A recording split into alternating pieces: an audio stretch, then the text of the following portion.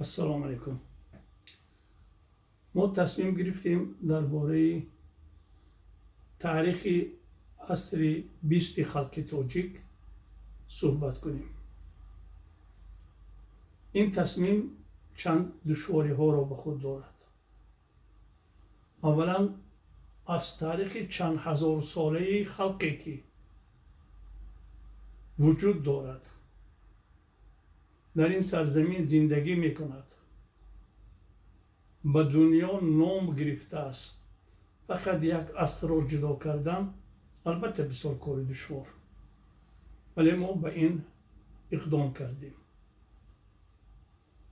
گرچه باز می گویم درباره نظم توجیک، نسل توجیک، فولکلور توجیک، درباره هنرهای دیگری خطی و معنوی خلق توجیک چیزی بسیاری قبل از این گفتن در کار بود، ولی ما کوشش میکنیم در اون باره وابسته به این یا اون چیز گاهی در زمینه اصری 20 مراجعت کنیم.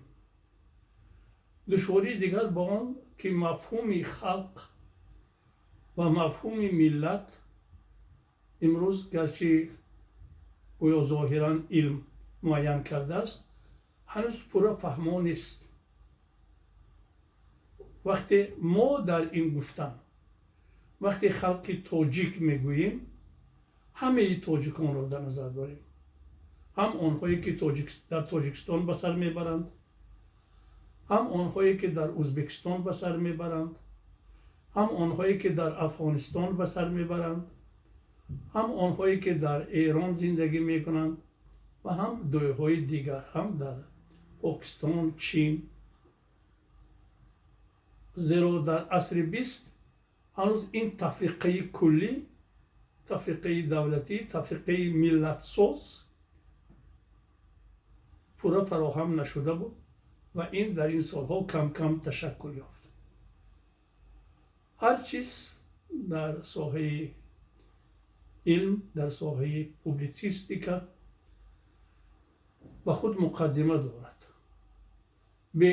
به این مقدمه درباره آن واقعه گپ زدن بسیار دشوار می شود. ما به صفت مقدمه به واقعه های عصر 19 هم امروز مراجعت کردن می خواهیم. گپ بزنم پیش از من گفتن می خواهم که تاریخ ما را که تحقیق کرد از olimoни توجیک، هموطنان عزیز ما که به تاریخ خلق ما در تاریخ سالهای اخیر خلق ما عصر 20 خلق ما دست دادن، عصر 19 خلق ما دست دادن، اکادمیک ظریف شریفویچ رجبوف، پروفسور مقصود رحمت اللهویچ شکوروف، پروفسور پریم شویف، پروفسور ناموس اوتاموف و شخصیت های بسیاری دیگری هستند. پروفسور اکادمیک رحیم معصوف. من درباره همه آنها و چیزهای نوشته آنها تحلیل کردن نمیخواهم. و مانند براون عالم انگلیس، مانند میندورف، خانیکوف عالم روس، اولیمونی روس و علم های دیگری دنیا هم تحقیق کردن شروع کردن و بعدتر به این گروه در آخر عصر 19 اول عصر 20 در زمان عصر 20 شخصیت های بزرگ دیگری و مثل اکادمیک بارتولد، شیشوف، پاولوف، اندریف و مانند اینها شامل شدند. ریچارد فرای از عالم های امریکایی به این مسئله توجه کرد، کتاب ها نوشت و در همه این اثرها تاریخ خلق ما روشن گردیدند.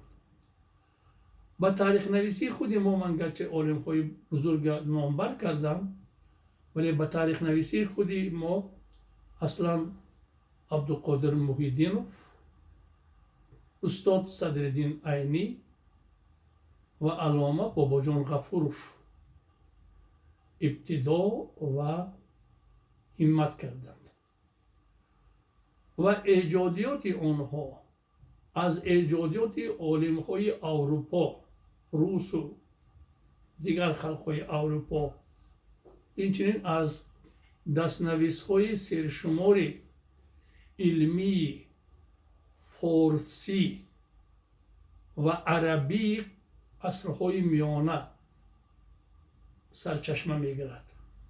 واقعا این سرچشمه ها یعنی ادبیات علمی عصر میانگی توجیک و فارس و عرب منبع تحقیق های عالم های اروپایی هم می باشد. در این مقدمه من به یک چیز امروز اشاره کردم میخواهم. همه عالم هایی که من ذکر کردم و یا ذکر نشدم و به تاریخ ما توجه کردم با اون فکرم که مردم ایرانی نژاد از خلقهای عبارت است که در آسیای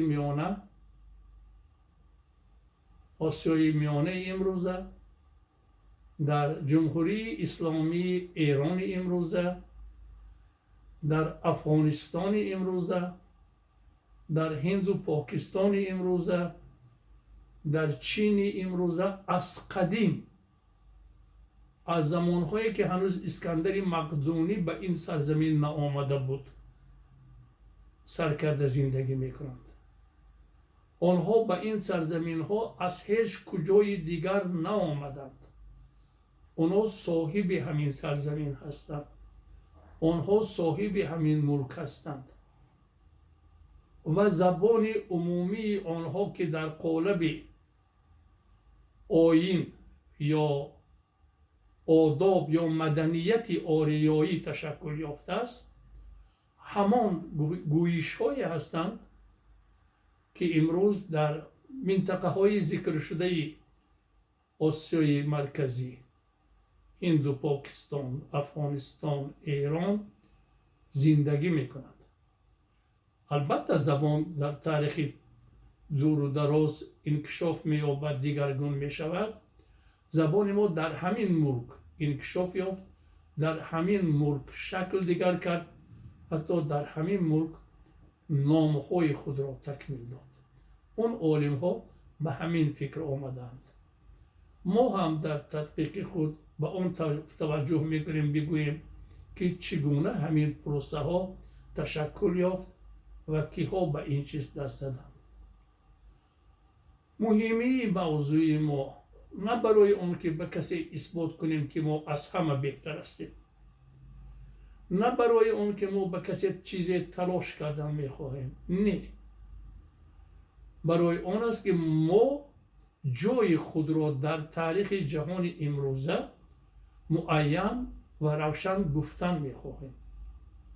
این را بزرگان ما انجام دادند و ما اصلا در نمایش ما گویا گفته آنها را گوش زد میکنیم و گفته آنها فقط گفته نماینده خلق ما نیست، تنها یک خلق ما نیست، این گفته عالمان دانشمندان کل دنیا است. باز تکرار میکنم، تاریخ ما را در مملکت خودمون عالم های از عصر میانگی تا به امروزه تحقیق کردند که بزرگترین چیزی در به شکل تاریخ کتابت شده تاریخ بخارا است. تاریخ اشغال شدن ترکستان از جانب مغول ها است. تاریخ تاجیکان استاد باباجان غفورов است. افغانستان در مسیر تاریخ غبار است. تاریخ های ایرانی است. نوشته های ملک الشعرا بهار ایرانی است که به این چیز تحقیق کرده است و همچنان همه آن اثرهای پوبلیسیستی که در زمینه ملت ما استاد عینی از تاجیکان و سید نفیسی از ایرانیان ایجاد کردند و ماهیت آنها در تحقیقات‌های عالم‌های غرب افاده یافته است. این است مقدمه‌ای که من برای تاریخ اصلی 20 یادآوری کردن می‌خواستم.